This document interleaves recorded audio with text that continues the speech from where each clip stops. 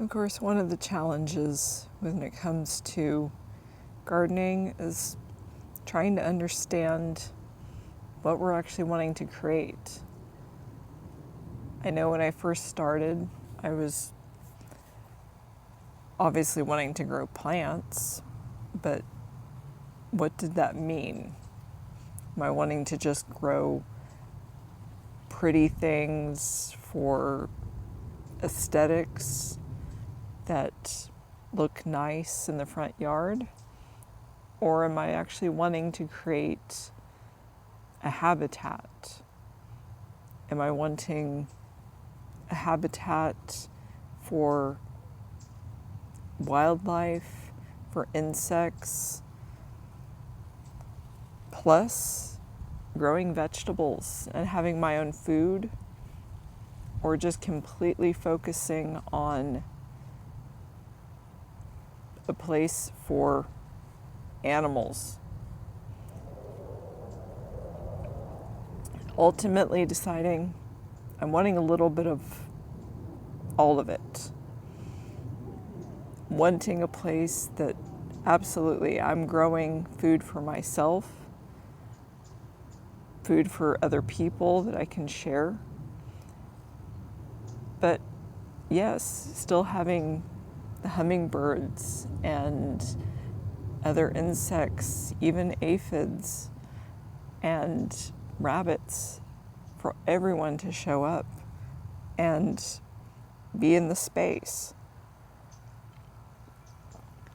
So what did I have to start changing and allowing for in order to have the type of space I was thinking of and I'm currently still striving for?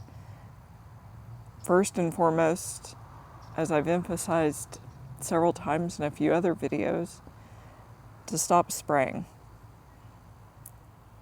The first indication of aphids or any other what we call pest, let it go.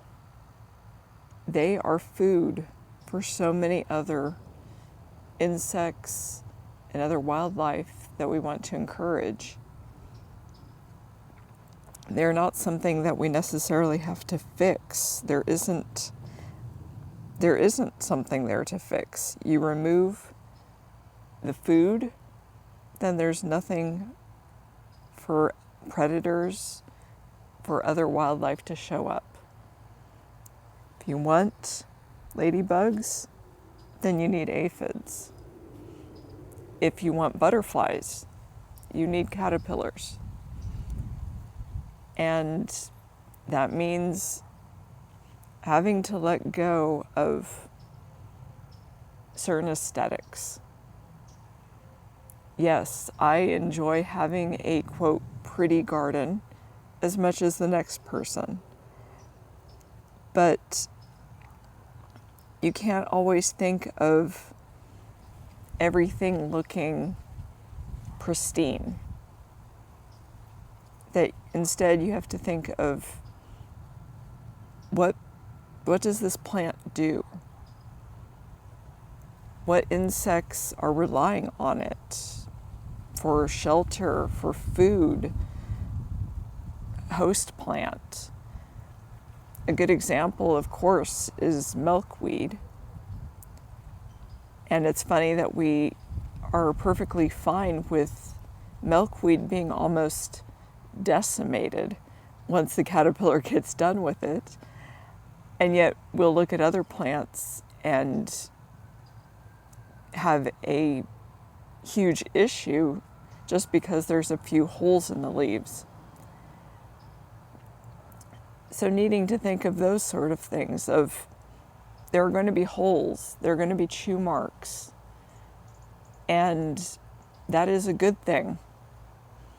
It means you're not using chemicals. It means there are insects and wildlife that are looking to your space as food, as a place they can shelter and thrive and ideally consider home. And so we're trying to create hopefully, certainly I'm trying to create a space that is not only aesthetically pleasing, but is an environment and a space that others can thrive in. And part of that goes with not always removing stuff that's died. I know if someone was to come through and look around, they would notice sticks, and I leave sometimes some various trunks lying around. I certainly have logs, and I don't always cut down stalks and stems because those are useful.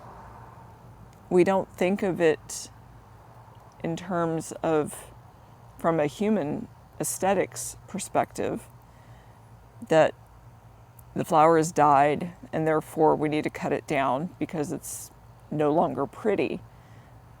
But hollow stems, twigs, all of these things can be nesting material, can be places for spiders and other insects to use as shelter, can be a spot for it to overwinter. So thinking about leaving not just leaves, but twigs and other debris so that various insects and others can have a space to thrive and seek shelter and consider my space to be a home. And letting go of thinking of things as being damaged or there being a problem with not everything being pristine and organized. And with that comes sometimes not planting in every little nook and cranny either. That I'm just as guilty as anyone of wanting to pack it in and create as much diversity in one tiny little foot as possible. But there are so many, thinking of just native bees alone, that need empty, bare ground. There's so many native digger bees that rely on sandy, blank soil for their survival. And if we're covering up everything, even with mulch, sometimes that's too much. So even I leave a few spaces, particularly in the front yard, of I'm not planting anything. I don't have, it's just rocky, bare ground. And I've actively seen a few bees utilizing that space. And bees obviously are not the only ones. There are beetles, there are plenty of other insects that are wanting and needing that. So trying to find that balance between packing stuff in, creating that density that most of us are wanting, but still leaving those spaces, those little nooks and crannies that are a little more empty, or at least appear that way, that others can be utilizing. So it's just a matter of, I think, shifting our perspectives on, absolutely, we can grow the food we're wanting and still having things that look pretty, but balancing that with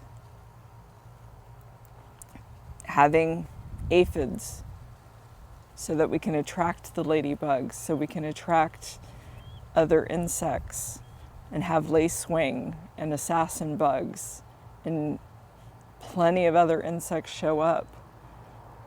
And when we have all of this diversity of not just plants, but of wildlife, you're going to have a thriving space.